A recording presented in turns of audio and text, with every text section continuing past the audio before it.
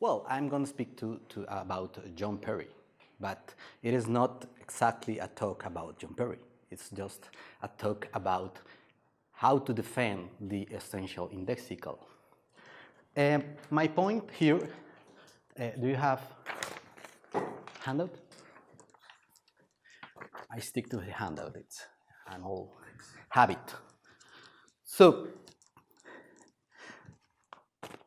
as probably you know, it's a recent attack on the essential indexical by Cappelen and Dever in their book, The Inessential Indexical. I want to challenge this attack, but let me explain first, because indeed there are many replies to Cappelen and Dever's book, and I want to challenge a specific point of the book, not the whole book. So, the general point Cappelen and Dever try to make, is to show that there is a way to explain away indexicals. Indexicals are crucial for nothing. Cases of essential indexicality are just cases of opacity, that is, failure of substitution salva veritate. That's the general point of the book. And if you know the book, you know that any single chapter is against some specific point of the philosophical orthodoxy concerning the essential indexical. That's the general strategy. But this explains why you can find replies such as based on self-knowledge, the metaphysics of empathy, the structure of psychological explanation of action, the role of intentions qua mental states, and even the validity of practical inferences leading to intentional action. All these replies are concerned with specific points of the whole book. But in chapter 4, there is a kind of an explanation, a semantic explanation of the attack, and I want to challenge that explanation. So I want to challenge I want to show some difficulties of Cappelen and Dever's semantic deflationism concerning indexicals. That's the main point of the talk. So, in a way, their point against Perry is a point against Frege. And this is the general strategy in the chapter 4.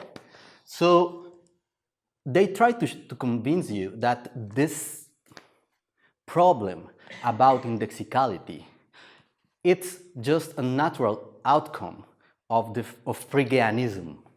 Phrygianism concerning naming and descriptions or descriptivism, as they call it, is the problem for Frege and for Perry too, because the same problems which you can point to Frege, you can point to Perry also. So I want to make first their point, trying to show what's wrong with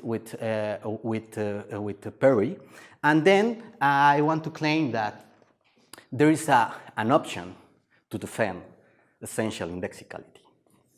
So,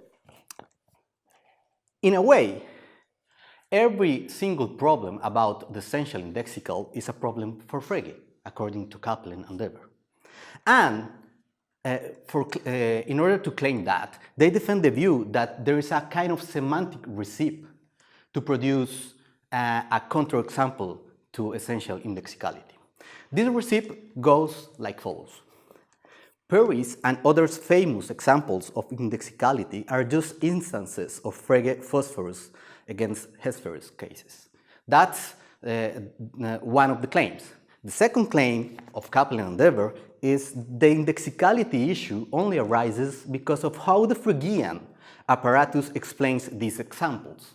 So, if this is so, Perry reasons against Frege on demonstratives are just instances of Kripke's reasons against Frege's descriptive view of naming and reference. That's the general point. It's kind of translation. If you show that there is a problem with Frege and you can translate every Perry case into a Frege case, you must prove, or you are almost sure that the problem is with Frege and not with indexical. That's the point of Cappelen and Dever. And one way to see their strategy working is the way in which they claim to deflate indexicality just by discussing Phrygian versions of indexicality. In this case, you have three ways of discussing indexicality. The point that indexicals are special. Indexicality is just the point that indexicals are somehow special. And there is a way to attack this view, but the way Cappelen and Dever try to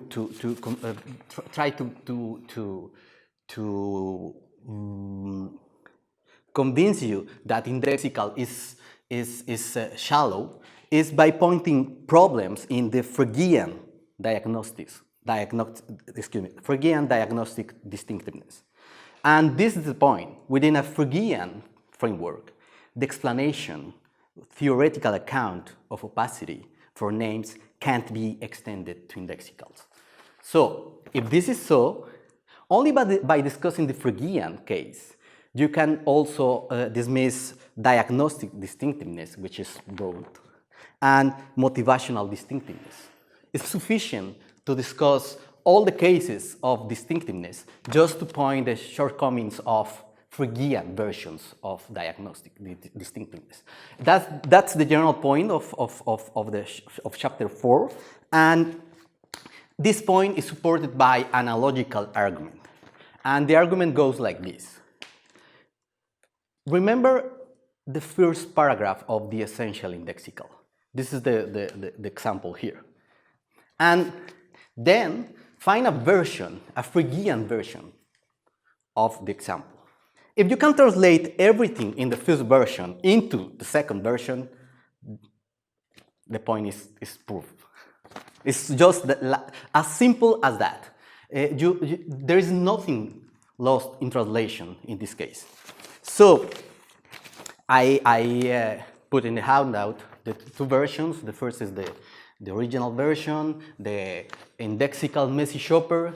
The second is the Phrygian version with a Clark Kent Superman version of the story of the supermarket. And from this point of view, Cappelen and Dever try to convince you that the point you can make about all the points you can make about Phrygian version, you can make also about the indexical version. That's all. So, in a way, indexical Messi shopper is crucial to establish a diagnostic distinctiveness only if Phrygianism is assumed. This is Cappelen and Dever. It's not my position. It is their position. Because you can suppose, one, the sense of I determines John Perry as referent. This is Frege. The second is an obvious fact. The reference of I shifts with context. This is an obvious claim. And the third is another Frege principle. Sense doesn't shift with context. If you take the three theses together, it's almost inevitable to find an inconsistency. This is the way in which they claim that the problem is a problem for Phrygians, only for Phrygians, because how Frege or how the Phrygian apparatus explains the problem with indexicals. But in a way, this is a general problem. It's how the Phrygian explains the cases with names. So it's a kind of assimilation, theoretical assimilation of indexicals to names through Phrygianism. And once you notice that the problem is about Phrygianism, there is an well, just a kind of interesting point for Cappelen and Barrero, at least, is that the same reasons you can find in Kripke against Frege are reasons you can have against Perry. It's the same.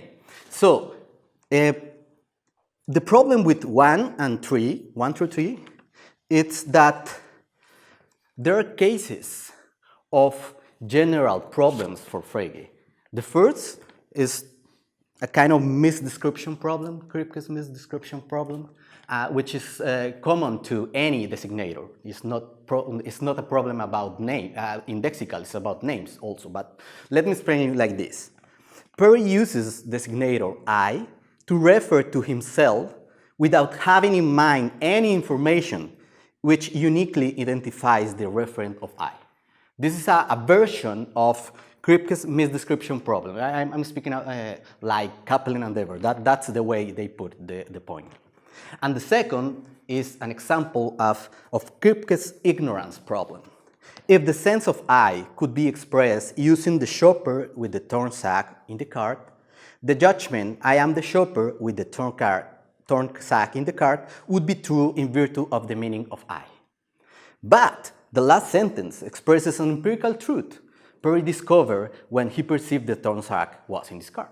So, in a way, there are well-known cases of Kripke against Frege, and by the translation argument, the analogical argument, you can say everything you say at the beginning, now with indexical in the middle. That's the general point. So, Kripke's arguments show descriptivism is hopeless. So, FDD is in any case false, but this has nothing to do with indexicals. That's Cappelen and Barrero official attack against the essential indexical. So, the first time I read the book, it didn't convince me that the cases are similar. The cases aren't similar, in my opinion. I mean, name cases and indexical cases. And the point is about why this is connected with Phrygianism or not. In my opinion, you can give a complete non-Phrygian explanation of opacity with attitudes, with names, which you cannot apply to indexicals. That's the point. That's the point of the rest of the talk. I want to show that there is a way to find a non-Phrygian version of opacity, at the same time to claim that this version of opacity is not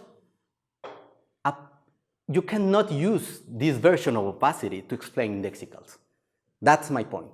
If this is so, I think that the problem is a real problem. If a problem is a problem, once you abandon I don't know, a theoretical framework, it's because it's a real problem. And that's my point concerning indexical. There is a real problem, and it has little to do with Phrygianism. That's my point. So, first, I want to claim what is to be a good non-Phrygian. What is to be like? To be a good non-Phrygian like me, for example. The point is that Frege's descriptivism is just a tool to show a conceptual connection between reference and attitude. That's the general point. And descriptivism, in a way, you can understand descriptivism as saying that sense responsible for the content of epistemic attitudes determines or presents reference, whatever, well, different versions of the same principle. But the point is that the connection, at least in one standard interpretation of Frege, is from sense to reference. That's the normal way to understand Frege.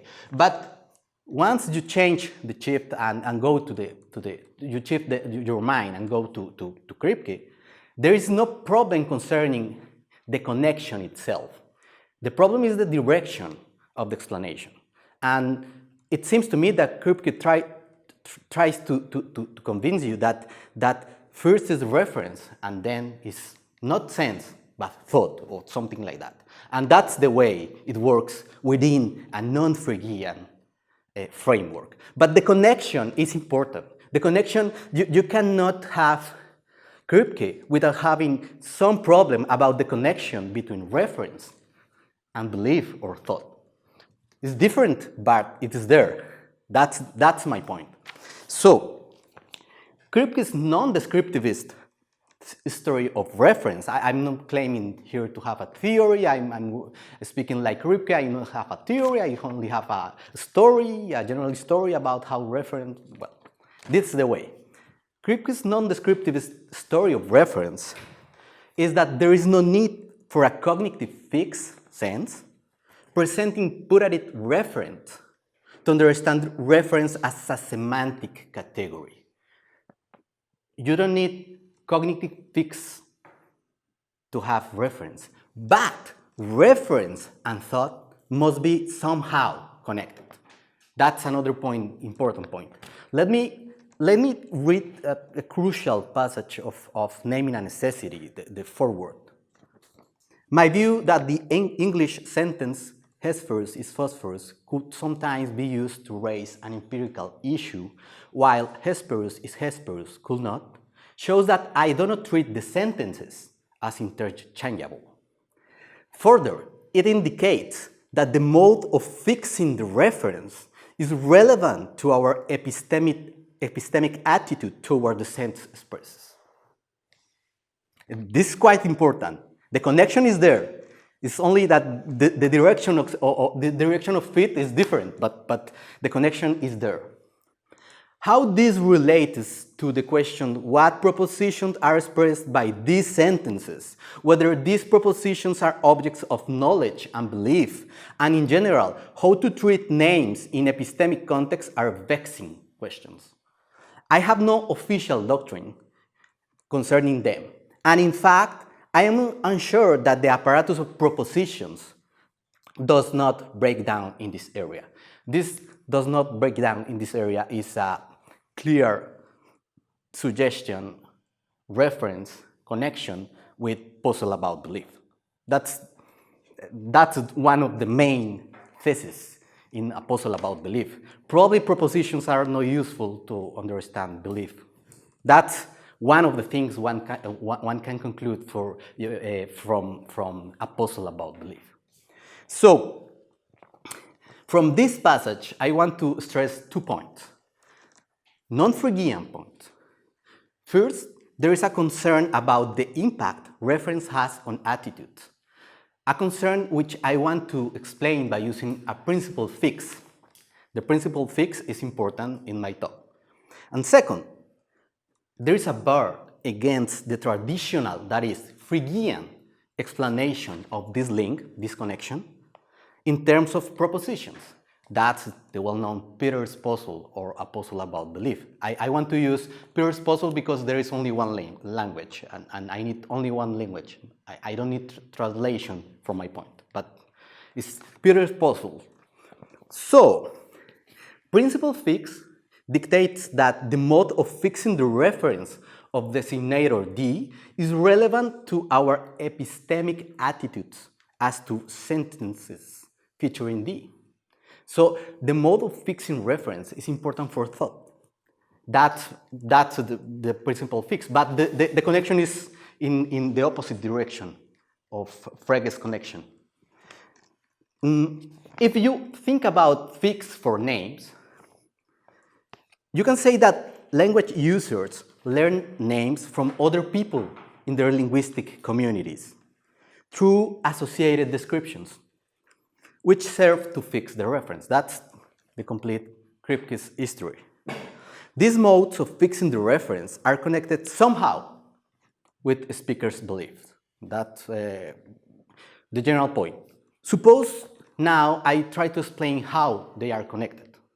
And we have Peter's puzzle to do that work.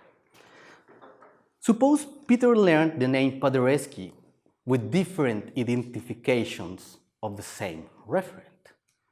Those identifications are possible answers to the question who.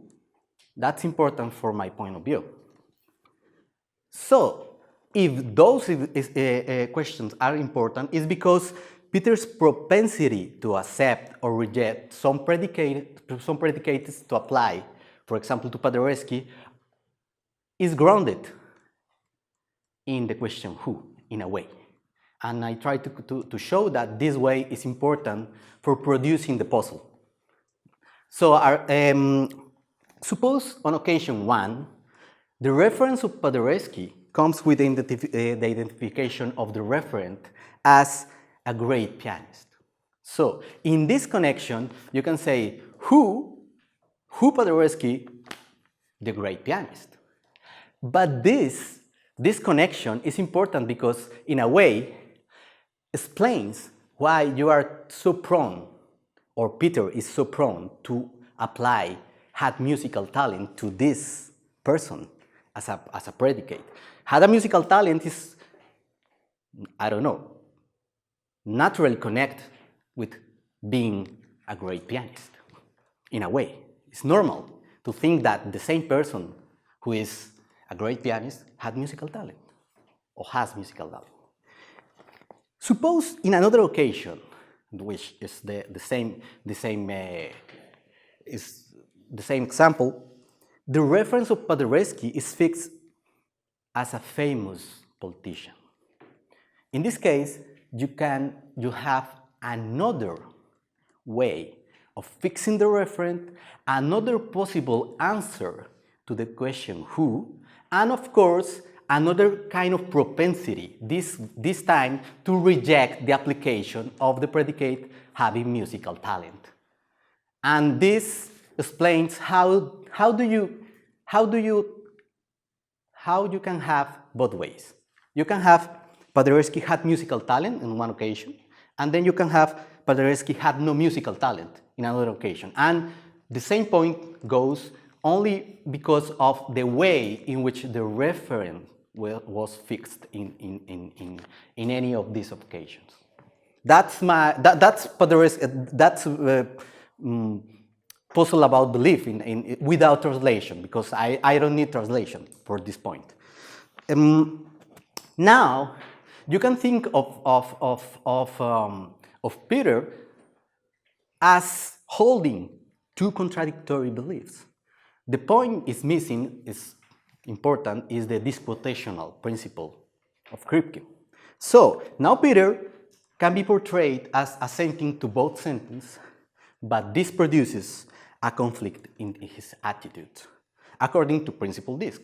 Because when you have this propensity to apply had musical talent, and then the other propensity to apply had no musical talent to Paderewski, you can have a way to ground assent.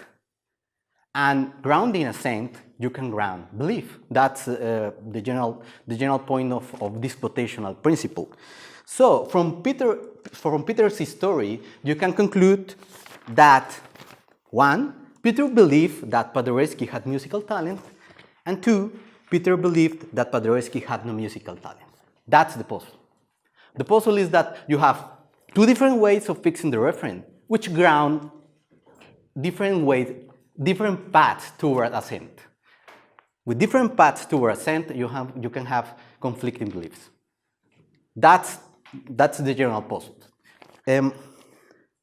But let me remind you some important features of this version I trying to develop here.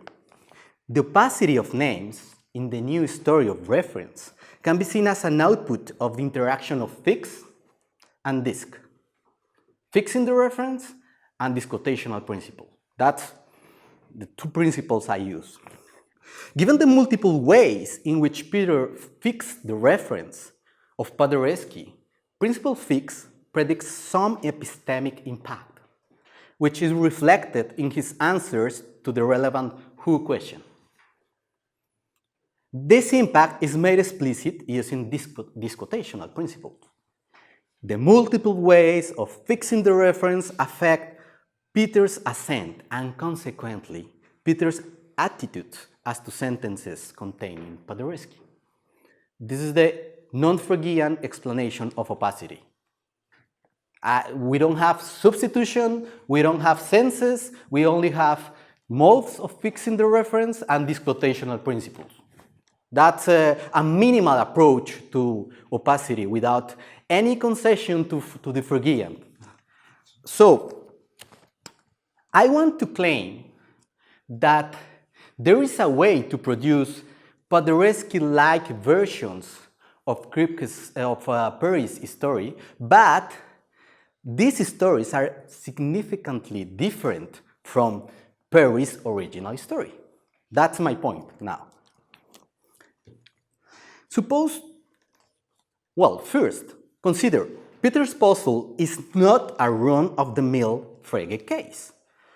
For one, there is only one name involved and consequently no substitution here, and substitution is crucial for Phrygians, at least since Frege. Frege is working within substitutional context, and he says so. He's completely explicit about that. And the second point is that this quotation is not concerned with ungerade or gerade context. This quotation is not concerned with belief reports. We're reporting something, but with belief ascriptions. We are trying to figure out which is the belief Peter holds, and not. We are not trying. Excuse me. We are not trying to figure out what he said. We are not reporting. We are reporting nothing here. We are trying to figure out what is he believing. What is his belief? And this is important. This is not mine. This is Kripke's, indeed. Kripke says that he has no concern about reports. The problem is ascription of belief, because the problem is about how to know that someone or why someone could hold some belief. That's the general point of in terms of reference, of course. Of course, that's the puzzle about belief. It's a puzzle about how to deal with these shortcomings between language and thought.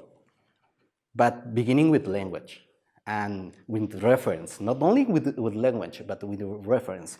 So there is a point important here, is that anything we can say from this point of view is not Phrygian. From now on, we are working within Kripke's framework. What is the explanation, according to Kripke, of generic opacity? That's the point. The point is that Peter borrowed the referent of Paderewski from previous uses of the name. This is quite important here. At least in a puzzle about belief, every use of the name is borrowed.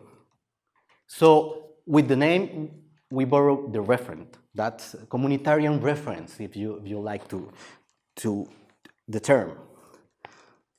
And communitarian reference, this way of taking some name from someone, includes referential deference.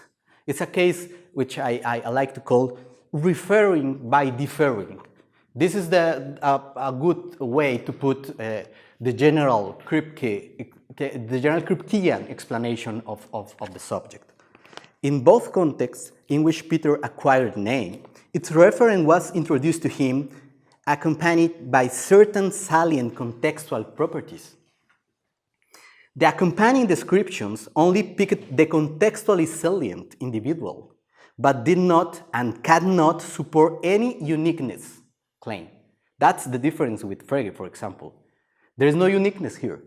There is only a way to pick some relevant object, some relevant person, but there is no uniqueness here.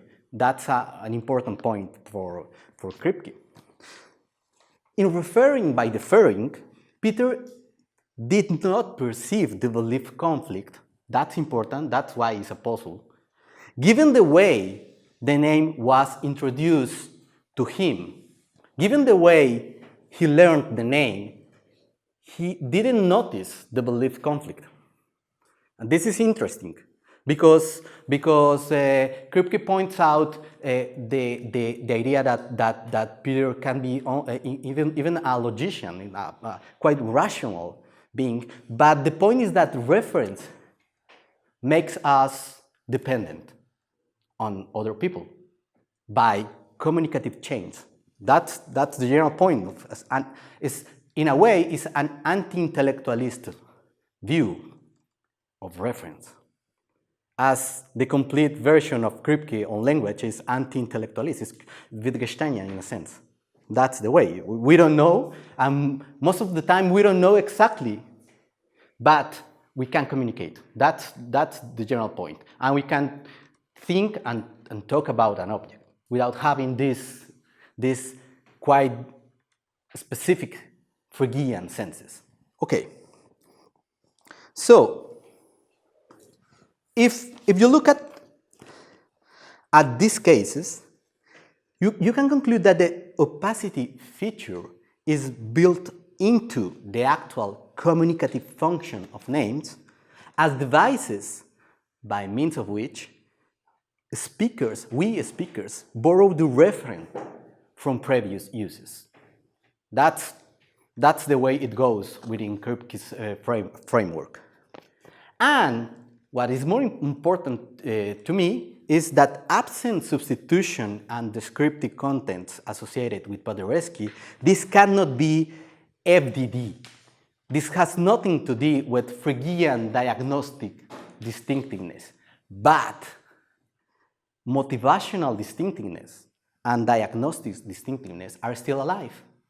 I only gave a general argument against Phrygianism, a different way to understand the connection between thought and reference. But I didn't give an argument against any conceivable way of thinking about thought and reference. So in a way, the only point discussed till here is why we can understand things differently from Frege. And according to this explanation, the only thing I can claim is that FDD is inapplicable here. It's not. It's ruled out. It's not on the table anymore. We must understand reference in another setting. This is the general point. But the other points about how or why indexicals are special are alive. And I want to try an argument to show that MD and DD are grounded, are good options for a non-Phrygian. So, suppose now I want to make a Paderewski-like messy shopper.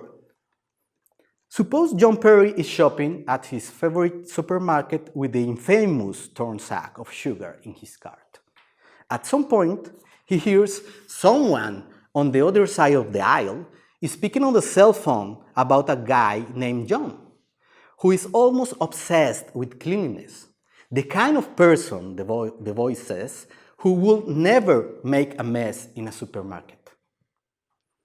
As it turns out, and unbeknownst to Perry, the guy speaking on the cell phone is one of his students, one student of Perry, who is referring to the peculiar professor.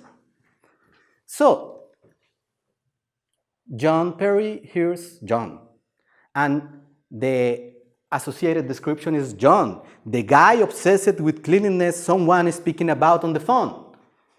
Given this way of fixing the reference of his own name, John Perry will be prone to assent to John is not making a mess, because John is not the kind of person who would that in a supermarket, would do that. As Perry keeps walking down the aisle, the trail of sugar becomes thicker and visible to the manager, who is watching him on CCTV. Worried about the sugar spilled on the floor, the manager goes to the microphone and says, excuse me, Mr. John, please rearrange the torn sack with sugar in the cart, which is spilling sugar on the floor. Perry keeps walking with the torn sack in his cart, looking for the messy shopper without noticing he is the referent of Mr. John. If asked about who is being referred to on this context, Perry could respond, John, the guy with the torn sack the manager is speaking about on the microphone. It's mainly because it's the same case, you can acquire your own name without noticing. That's the general point. But this you can't do with indexicals. That's my point. So, given this mode, the second mode of fixing the reference and the new contextual identification, he will be prone to assent to John is making a mess. So, from 3 and 4, using this quotation, it is possible to conclude John Perry believes that John is making a mess, and John Perry believes that John isn't making a mess. You can have both ways. And this is Paderewski puzzle with John Perry's own name. What is my point here? Within a causal historic explanation of naming, there should be no name, not even one's own name when one is using it, immune to examples such as Paderewski messy shopper. Names can always live a double life in a linguistic community. This is the double life of names. The double life of names it has to do with different sources of information. You can always have a piece of information, but according to the communicative change, this information is always partial. That's important. So now I want to argue that indexical messy shopper is not like Paderewski messy shopper. To do that, first before that, I must notice two problems with using this quotation and fix with indexicals. The first is also noticed by Kripke himself when discussing the puzzle about belief. He says that he doesn't want to use indexical in sentence in the principle of this quotation, in sentence P, because indexicals are ambiguous. And there is a problem for this quotation. But it seems to me that this is not his, well, probably it doesn't matter, but this is not his opinion now, because he has a recent paper on the first person, and it is kind of different the way in which indexicals and this quotation work together. But in any case, there is no ambiguity in the case of indexical messy shopper. It is not a case of ambiguity. It's only one context in which John Perry is aware of some fact. There is no way, in my opinion, to claim that the problem is ambiguity. The problem is probably that indexicals, the indexical is used in a way, always in the same way, and the problem is with information, not with ambiguity. This is not a case of linguistic ambiguity in the essential indexical, in my opinion. In order to make a case of ambiguity, you must compare context 1, that is indexical messy shopper, with another context in which I refers to a different person. This is a case of ambiguity, not EMS. EMS is, for me, it's a clear case in which the problem is not the different meaning I can acquire on context. This is kind of difficult for me it's difficult to think that there is ambiguity here. But probably for you it's normal. For me it's kind of difficult to see how ambiguity plays a role in indexical messy shopper. But I'm saying this because in any case there is an important point here. And even if EMS is not a case of ambiguity, is an example of a rule of the common language Perry speaks, according to which he fixes the reference of I by means of the subject, something like the subject of the agent. This is the way in which Kripke himself explains the first person. Now, I'm only trying to make his point stronger. The rule determines the content expressed in this context by sentences 7 and 8 in handout, so they can be proper instances of substitution for this quotation. So the rule provides you with a solution for the ambiguity issue. Even when you have the rule, you can fix, in a sense, the content of both sentences. I was not the shopper I was trying to catch. I was the shopper I was trying to catch. The second point is how a rule of the common language, such as I is understood as the subject, is related to other modes of fixing the reference, like associated description, like a great pianist or a great politician in Kripke's example. Here I have only a suggestion because the issue is complicated because Kripke criticizes Kaplan, and then it's difficult to see how to give a Kripkean version of the story, but it seems to me that there is a point of contact between Kripke and Kaplan. When you're trying to determine the referent of the indexical, one does not depend upon previous uses of the expression. That's the rule. That's why we have a rule. That's a difference with names. You just use the rule, but the rule is a formal, it's a way of fixing the reference, but without depending on other people, only on your knowledge of the language. That's the general point with rules. This is not the same with names, probably because there is no rule for names, but there is a rule for indexicals, at least.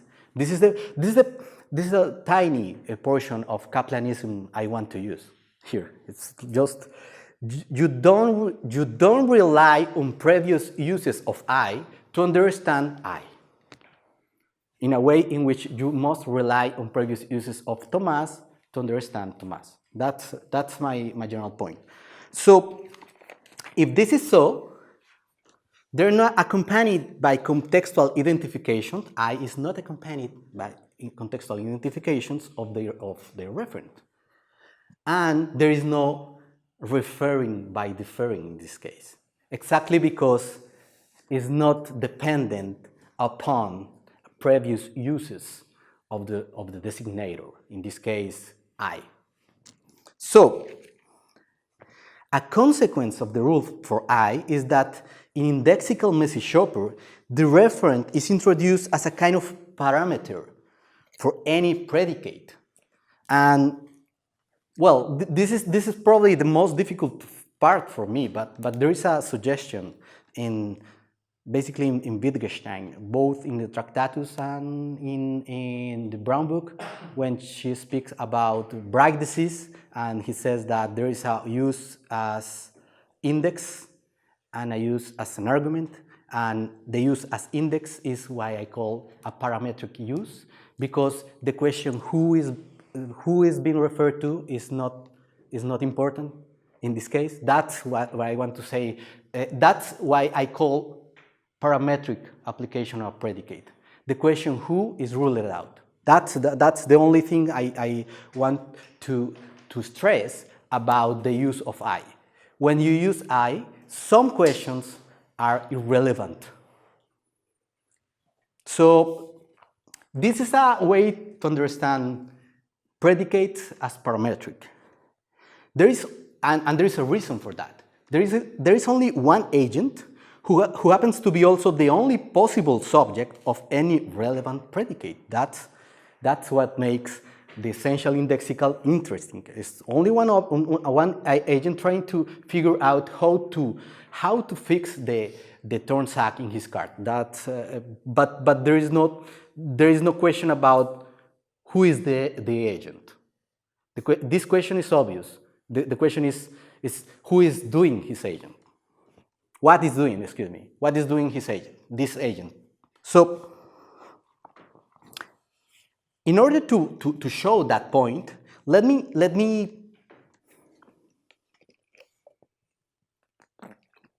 develop a little bit the point of parametric predication, because I know this sounds strange and probably it's wrong, but it's an idea I have had, probably it works.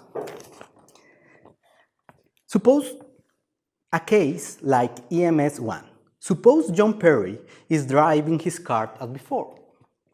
Given the rule for I, the only context of use is the actual context of Perry's story.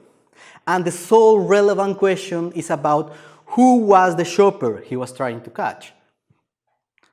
The issue of who was trying to catch the shopper is irrelevant to Perry.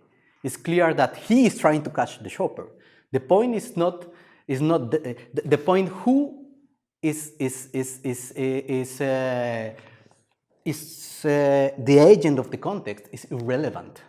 The point is what is he doing in this context. The issue of who was trying to catch the shopper is relevant to Perry. To see this, consider scenarios 1 and 2 both compatible with IMS, indexical messy shopper. Scenario 1, John Perry says, I was not the shopper I was trying to catch. Who? Who else? I was not the shopper I was trying to catch. Second, scenario 2, John Perry, I was the shopper I was trying to catch. Who? Who else? I.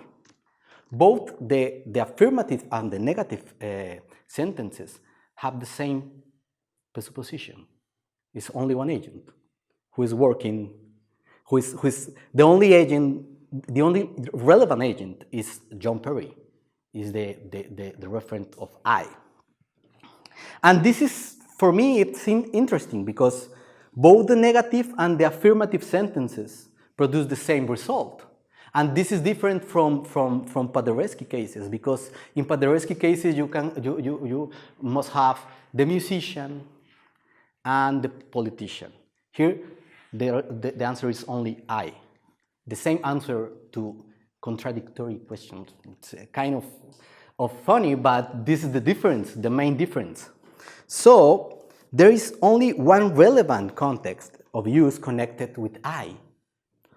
And explanations of generic opacity grounded in distinct contextual identifications cannot be applied here. That's why, because there's only one context of use. In occasion 1 and occasion 2, you can claim that there are two contexts of use. But here, there's only one context of use with one agent. And the question is if he is the shopper or not, but not if he is the agent of the context. That's my main point. So, in a way, it's possible to show that Paderewski messy shopper is quite different from indexical messy shopper. And if this is so, diagnostic distinctiveness is grounded, because there is a distinction, a clear distinction between cases of names and cases with indexicals. The explanation of names cannot be extended to indexicals. That's my first point. I'm not saying I said nothing about attitudes, but I will say in a moment. So, what about MD? How do indexicals and attitudes interact according from this new or this non-Phrygian point of view? Well, according to Paderewski messy shopper, contextual identifications help to ground conflicting attitudes in language users. That's the way it goes. But there is no contextual identification in IMS 1. There is no reason to suppose that any conflict between attitudes will arise. There is no conflict here. But there was a conflict in Paderewski cases. You have different sources of information, and this is a kind of conflict because the different sources of information can ground different attitudes and probably conflicting attitudes toward the same subject. So, one nice feature of parametric predication is that the mode of fixing the reference of I has a deep impact in Perry's attitude. The question of who is trying to catch the shopper with the torn sack in the cart does not arise for him. It's not a good question, it's an irrelevant question in this context. So, a nice feature of these cases probably is that in order to ascend to 8, Perry must abandon, in this context, his previous ascent to 7. So, EMS1 is a Perry's change of heart, contrary to Paderewski messy shopper. So here we can say that the conflict is avoided by making ascenting flexible. And this is the point about indexicals. Indexicals can make ascent flexible. Names cannot. This is the general point. So what I try to prove is that I encodes a kind of dynamicity of assenting to sentences containing indexicals. And given this quotational principle, a more sensitive belief ascription based on sentences 7 and 8 may be John Perry came to believe he was the shopper he was trying to catch.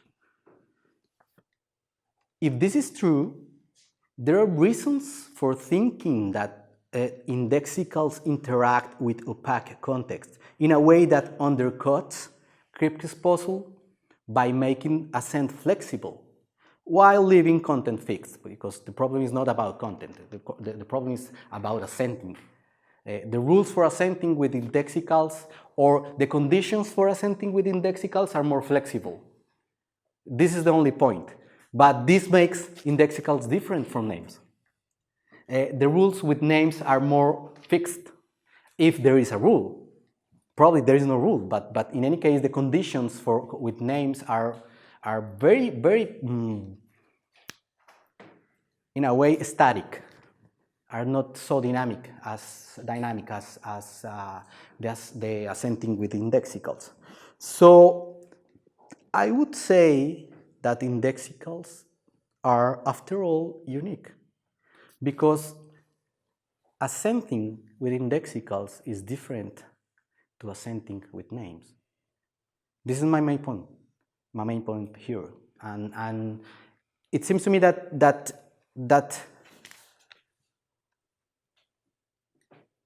to say that is not to endorse any kind of Phrygianism.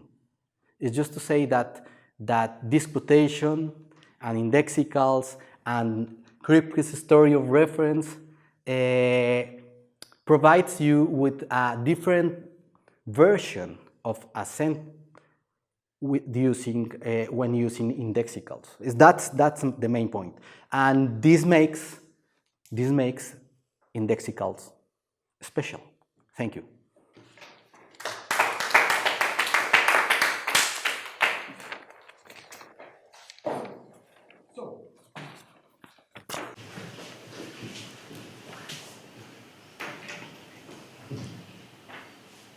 I just start then.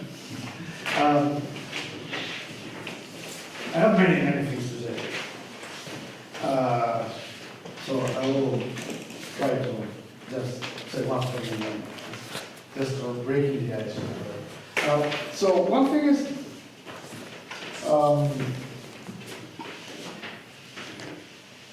I agree with your conclusion before you started, because I think that this book is bullshit, and you know, it doesn't deserve so much attention.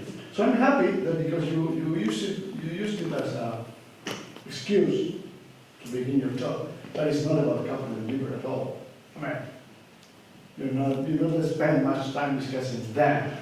but trying to clarify what's going on within indexical and definition. So I'm very happy with that, and I'm happy that it's not a way of putting too much attention to these guys instead of putting attention to Paris or to the guys who defend the essentiality of the peculiarity of indexical. I have criticisms. I will detail some more on that. I have questions.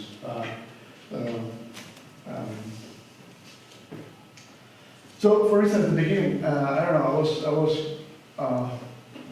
they say that Perry is a Phrygian, and then they attack Phrygianism. I think John, but John is not a Phrygian, right? Yeah. So that's like everything is misdirected in their The problem is that dialectics, right? Si. So I don't know. So, Christian, I would say that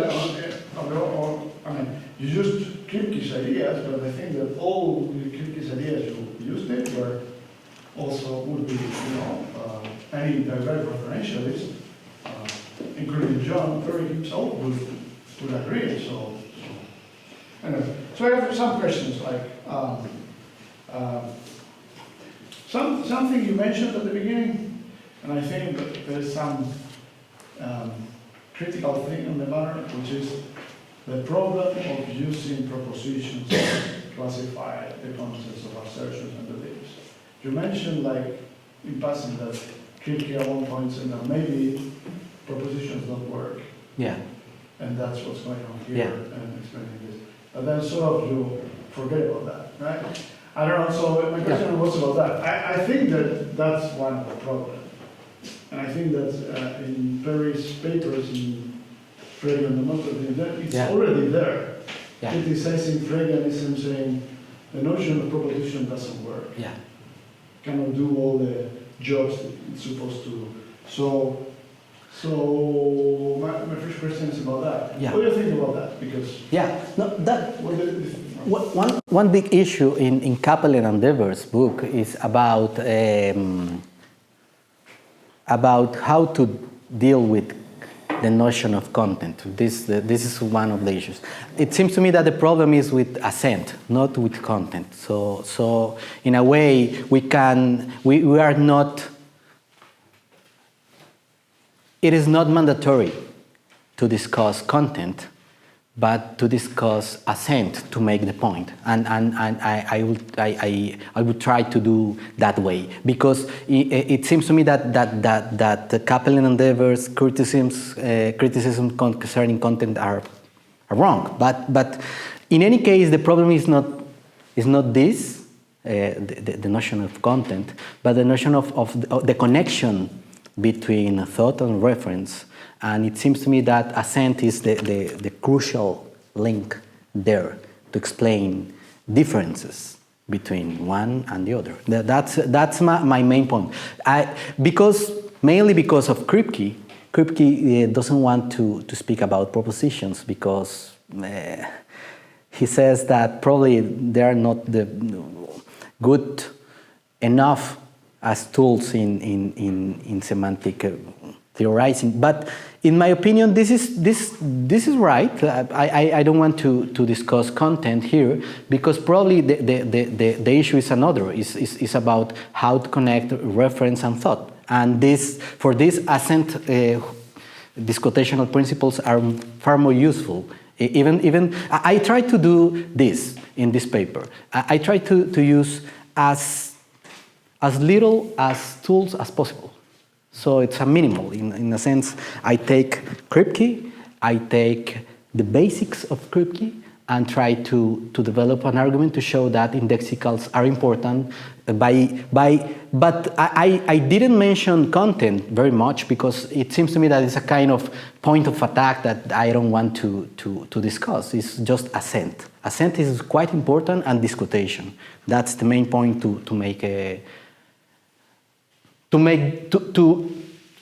For my argument to run, I only need assent, in my opinion, and disquotation. With this, I can work. But I agree with you that the point in Perry's article and probably in Castañeda is about content. It's a different point. And probably by trying to do that, I was trying to do is I'm leaving aside some issues that at the time were not so important to me, as the big issue that indexicals and names are different in a minimal, very minimal way. That's why.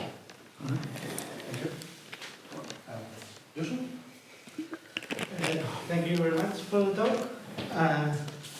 It's just a very simple, maybe too simple question, but I am struggling to understand why to determine the referent of I.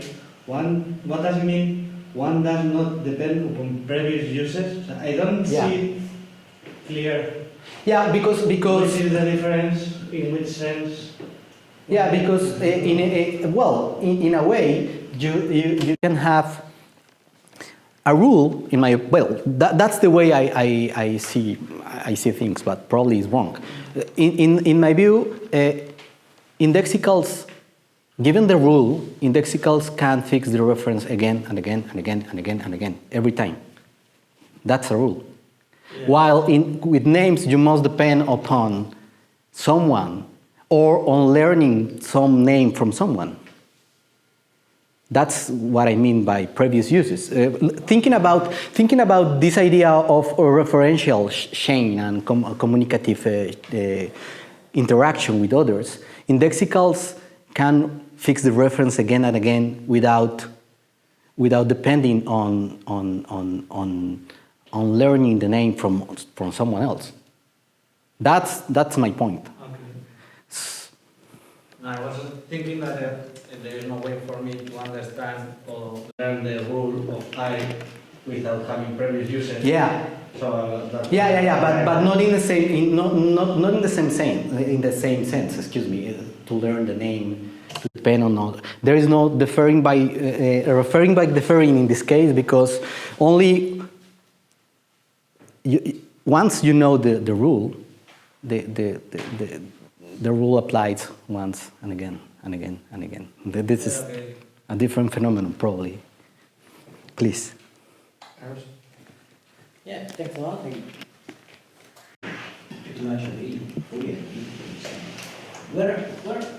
One of the ways we could try to tell the story when we make the distinction between indexicals and Planation, pretty much like Cappelen, it seems to me, because Cappelen say if proper name of a character, they have an uninteresting character, like indexical are an interesting character. And with indexicals you fix refer every time you use it, and so on and so forth, proper name. Those kind of differential use. And, this seems pretty clear, but there is maybe one way you could answer to attack Dever and Cappelen is, because you mentioned Wittgenstein at some point, and it's interesting that but there is another aspect in Wittgenstein in the Brown book, when Wittgenstein makes a distinction, two uses of I, the I as subject and the I as object. And it seems to me for Cappelen and Dever argument, trying to bring in Phrygianism, areas of Phrygian, we understand the use of I as a kind of I as object. Mm-hmm. Not while in the essential indexical, the I is understood as I as subject, as the agent, the subject. But I have a question that comes to my mind. That maybe we could run a kind of Paderewski case with I as well, if we think about maybe a kind of split personality or schizophrenia. Yeah. In this kind of case, I don't know, I have no clear idea, but maybe. Yeah. There are two kind of, there are maybe two agents. Yeah. At least from a cognitive perspective. Yeah, and that's true. Indeed, I discussed this paper with a colleague, and he's working on the same subject and told me the same. Well, probably you have a problem because schizophrenia is a case in which you can have two subjects, and that's true. But the point is that I'm not sure about this. Schizophrenia is a condition, a health condition, while names are normal. And in a case, it's probably you can have the same case, but changing so much the situation, the circumstances, that probably is too general, the perspective to explain the case. And that's probably my concern about because we don't say that well, there is a puzzle about names, but I don't know if this is a condition or it's a cognitive failure of our part, or simply it's part of our nature to do. From a cognitive science viewpoint, there is a condition, for instance, like in early Alzheimer, when people, cognitive scientists, neuropsychologists, speak about, you can lose the capacity to use a name, while you retain the capacity to use common noun. But all the information, we call the semantic information you associate with the name, is still there in your long-term memory, and you can retrieve it. Not with the name, but if I show you the picture of a famous guy, like, for example, the Paderewski, you got hold. So it's kind of dissociation of while with indexicals, this also from a cognitive science viewpoint, there is a difference. You can not have this kind of, you don't lose the use of indexical as easy as one loses the use of proper names. And so we Probably essential. Yeah, they're essential because you cannot lose indexicals without losing so many things at once. Yeah, I agree with you. Probably because we are the last words where the master will be there to discover it. Yeah. The child will use indexical instead of 3 or 4 years without using it.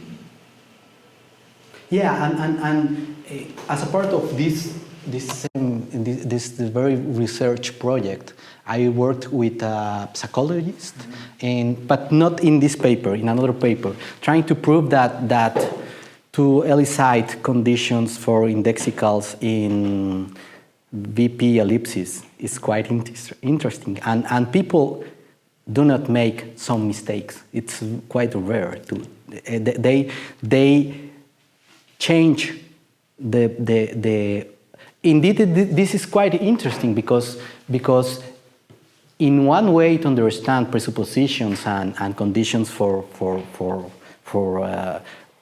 the ascribing attitudes, it's easier to make the mistake. In a way, it takes a little attention, but with indexical you pay a lot of attention to the cases. So in a way, is from a cognitive point of view, is far more demanding to use indexicals, but you take care of them. You don't make some mistakes. It's demanding, but it's the way we are. It's not like in other cases in which you say this is too difficult for us to do. It's not that way. It's demanding, but it's normal to do that way. And this is quite nice because you don't do some mistakes when using indexicals. That's a good point. Thank you. Well, I have three questions. It's more. It's not in detail, I think. One is about the presentation of the book sometimes of the negation. Yeah. An example, Paderewski, I don't remember one and two. I don't remember how Kripke put it in the thing, but as you put it, it's only to me more natural to not to put that Peter believed that Paderewski have no musical talent, that would have the propensity to say that or something like that, but just that there would be no belief at all about the musical talent of the politician, right? So true for me would be something like Peter doesn't believe that Paderewski had musical talent. Yeah. But, so it's a, well, Yeah. I don't remember how tricky, but as you put it, coming to me more natural also to say that on occasion one, the guy would have a propensity to say Paderewski had musical talent, and Buddha in occasion two wouldn't have that propensity. Not that would have the propensity of saying Paderewski had no musical talent, because there is nothing as far as they can tell. Probably. About politicians not necessarily not having musical talent or something. Right? So, but that's very minor. Right? The other thing, maybe more important, on point 3 there, you emphasize that this quotation is concerned with belief ascriptions, not with belief reports. Yeah. They say, okay, all right, but they are strongly linked. I mean, to give me the semantic, the truth conditions of belief reports, you have to tell me which are the conditions for the guy to have this belief, right? So sometimes people make the distinction and say, well, I don't know, depends on, it's a matter of emphasis, but it's not such a big deal, because you have to tell me what makes the report true, and for that you have to tell me a story about the guy's beliefs. Yeah. So, I don't know, or maybe I'm wrong, maybe No. it's important, this quotational thing, it's important to be about this and not the other, but, well, I see. Yeah, but there is a reason for that. Yeah, so, yeah, sorry. There's a reason for that. I try to avoid any Phrygianism, even the idea that reports are important for belief. So that's why I try to distinguish reports from ascriptions, because in a way, my hunch here is to do everything Cappelen and Dever say cannot be done using Kripke. and this is good because probably you don't accept any of their argument against Perry. Not a single part. It's not about reports. It's about ascriptions. It's not about senses. It's about fixing the reference. That's mainly my point. But it has to do your both questions have to do with the way in which Kripke presents the case. It's not my way, but it's the way in which Kripke tries to avoid some problems coming from the Phrygians. And he says, well, this is not Frege. Frege is another problem. Now we are trying to explain the same facts. But I would say even for non-Fregeans, if you are going to give a theory of belief report, you need some. Yeah, but that's the account of belief. The justification is in the dialectics of avoiding Kripke. Am I right in thinking? So remember Wilde's book I read it long ago and quite quickly. Am I right in thinking what the strategy of Cappelen and Dever is to link Perry and Cartagena, all those people, Inessential Indexical, And Lewis, Lewis, to put everything together, even if they are different. But we say this is just a problem of opacity, a Phrygian problem. But when we present the problem, we remember well, when we present the problem of opacity, we use the Esperos case. In John believed that Esperos is in belief report. We cannot be substituted salva veritate and so on and so forth. So we present the opacity from the substitution salva veritate problem from Frege, which is different from indexicality. Yeah, that's why substitution is not concerned. We make things, if we remember well, we have to make this kind of shortcut which kind of sort of undermine completely the rank of names. Then the final, and then, Yeah. and then maybe we can go later. Examples 5 and 6. Yeah. Again, I don't know what's the impact of these, but just a little reference here that I was thinking, well, someone talks about attributive uses of names, not only descriptions, right? To Toma and others. So 5 and 6, the way you presented them, I thought that these were cases in which the speaker is not using John to refer to anyone. It's just a case of attributive use of John, because it seems to me that the description would be better to say, well, John probably believes that someone is making a mess, right? That's for sure. And then in 5, believes that whoever is making the mess is named, is John. His name. Okay. And on the other one, he doesn't think, again, I would put the negation on the other side. It's not that John is not making a mess, but he believes that someone is making a mess and believes that it's not John. I mean, his name is not John. Right? Yeah. So again, well, maybe it's not attributive, but you apply the whoever it is, it works, it seems, and it doesn't have anyone specific in mind. Yeah. So Yeah. if someone is making a mess and then has a name, or it doesn't have a name, which is different from 5 and 6. Yeah, one way. So it's not referenced there. It's Yeah. So I don't know, again, minor point, maybe it doesn't affect your main point, that's for sure. So another way to spell out the difference here is if you have agents. John Perry believes that agent is making a mess.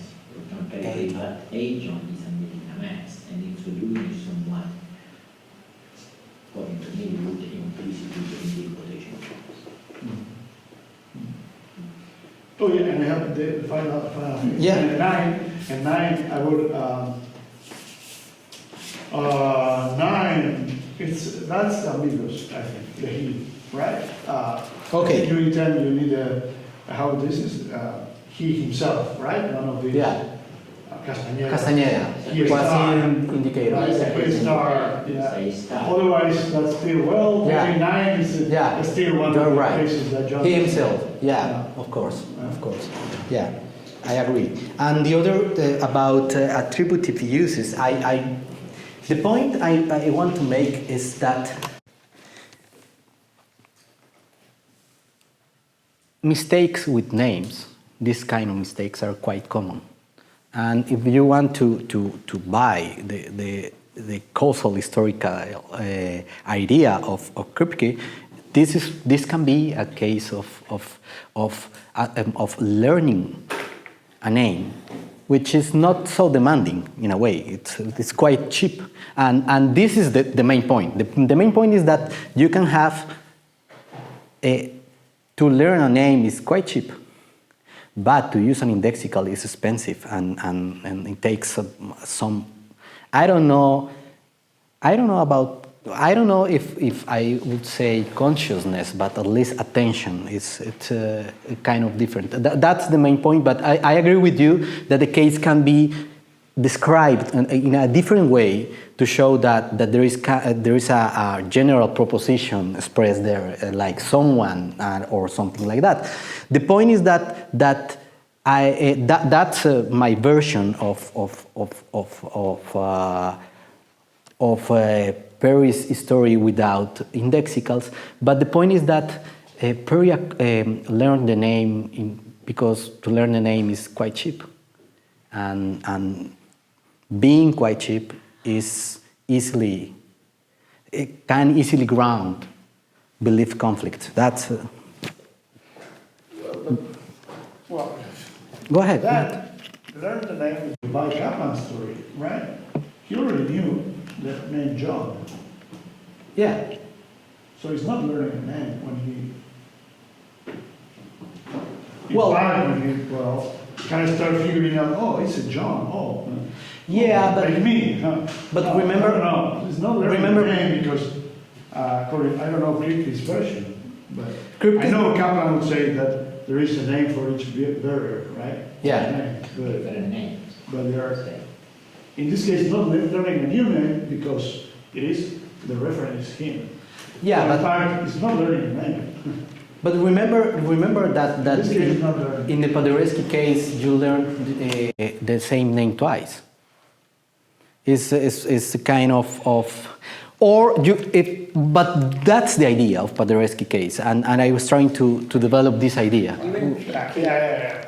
naming a necessity at some point is saying, can you imagine a scenario when you got two different names, Aristotle, Onassis, and the philosopher. Even in the case when the same guy is baptized twice and you got two different communicative chains, it would be a case of two different names.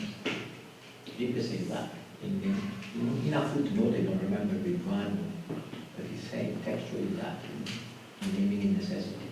So Same object, your mother calls you Eros. Independently, your father comes to say you're going to be Eros. But My there are mother two is different. written now. There are two different names. For you. it's such a different causal chain, and for Kripke, it would be two different names. Say that. Whether it's consistent with what you say, everything, everywhere else, it's another story, but you said that. Pretty much like that, in words. Words. Yeah.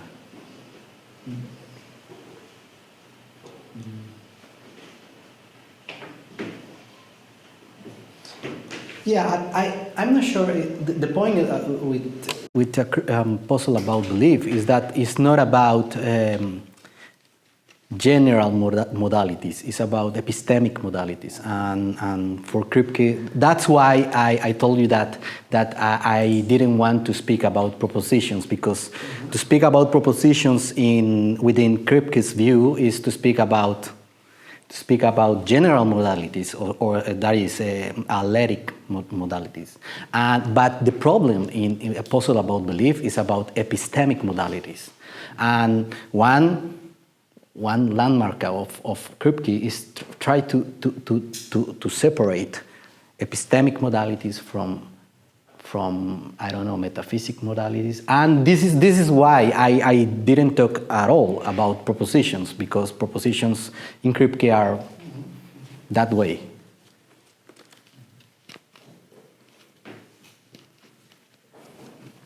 Please. Thanks for the talk. I'm not familiar with this kind of research, it's just a clarificatory question.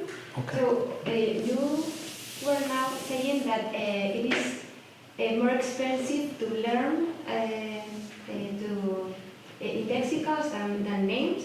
And yeah, I just would like to know what you mean exactly by this, because I understand that we have more propensity to commit errors by using names, identifying different references and so on. And we are somehow immune to commit these kind of errors with indexicals, but this is a question of use and not of, I don't know. No, but it is expensive. they're expensive in a cognitive way.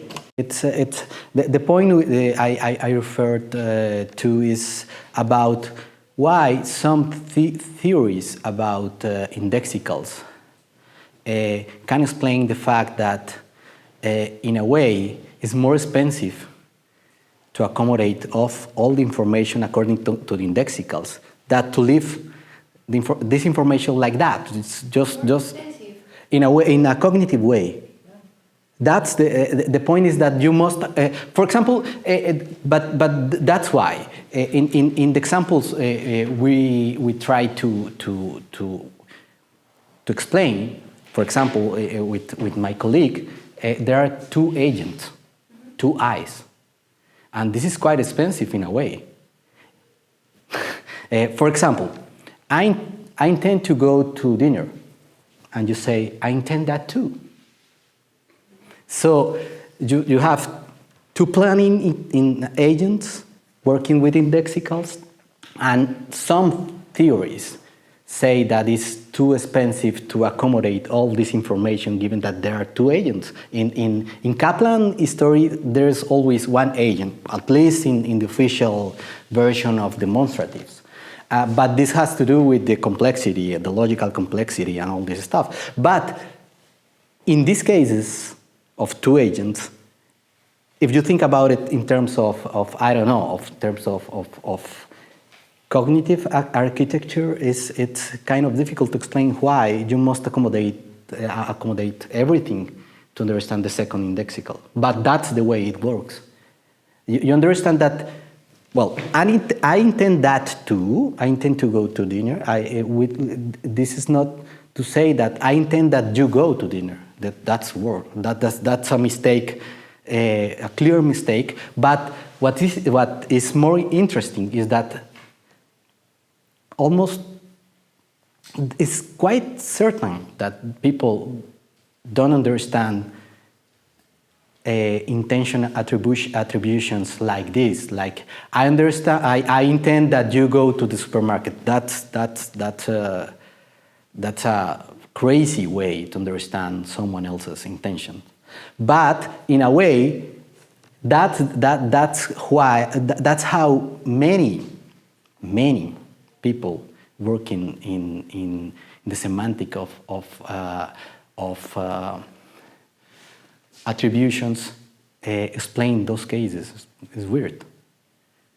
So in a way, it's easier to make the mistake, but nobody does. That's interesting. So it's because you must understand that there are a planning agent, another planning agent, and then you must accommodate all this information within a single framework. That's what I mean by saying that it's kind of expensive. In the informational and in the cognitive. Yeah.